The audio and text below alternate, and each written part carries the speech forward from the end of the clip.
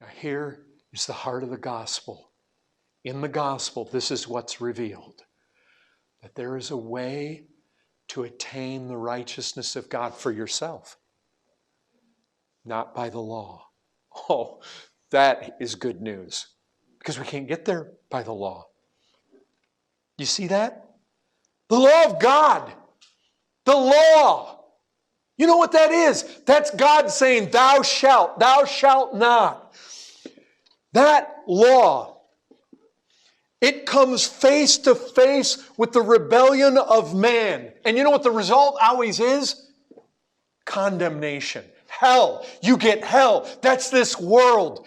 You see, people don't recognize. They're walking around in this world. They're objects of God's wrath. They are under the wrath of God. Why? Because they've broken His law. And you know what? If you ask them, yeah, we're pretty good people. You know what they're doing? You know, every single person in this world that'll tell you that they're a good person, you know what they're doing? They're putting their confidence in a righteousness, which is by the law. But you're cursed if you haven't done everything written in the book of the law. That's the problem. Nobody gets right with God through the performance of the law, and that's what verse 20 says. On that basis, no one can be justified. What's that? Justified. That means it's one or the other. It's justification or condemnation. You know what this is? This is legal terminology. You stand in God's courtroom.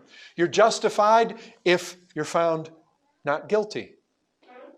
If you are found guilty of any crime, you're condemned. You come face to face with the law, and you know what the law says to all mankind? Condemned. You're undone. This is not the way to God. You better find another way. So, this major turning point.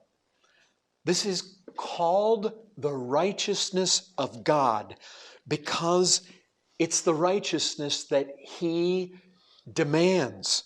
It's His standard. This is God's divine requirement of righteousness for us. If you have any hope of standing before God on Judgment Day and God saying, well done, or God saying you're just, or God saying you're righteous, or God saying come in, come into the kingdom prepared for you. If you want to be accepted by God, you will only be accepted one way on one condition, and that is that you yourself have this righteousness of God to your account. If you don't have it, you're undone. You will die the death of that eternal fire forever. And there's no exception. There's only one way to God, and it's not through the law. That is the beauty and the truth of what is being set forth right here. You have to recognize what this is saying. We might have achieved the righteousness of God by way of the law, if any had actually kept it. But you see what it says. Every mouth may be stopped, verse 19. See what the problem is? When you ever heard somebody? I've heard this. Oh, when I get there on Judgment Day, I'm going to say to God,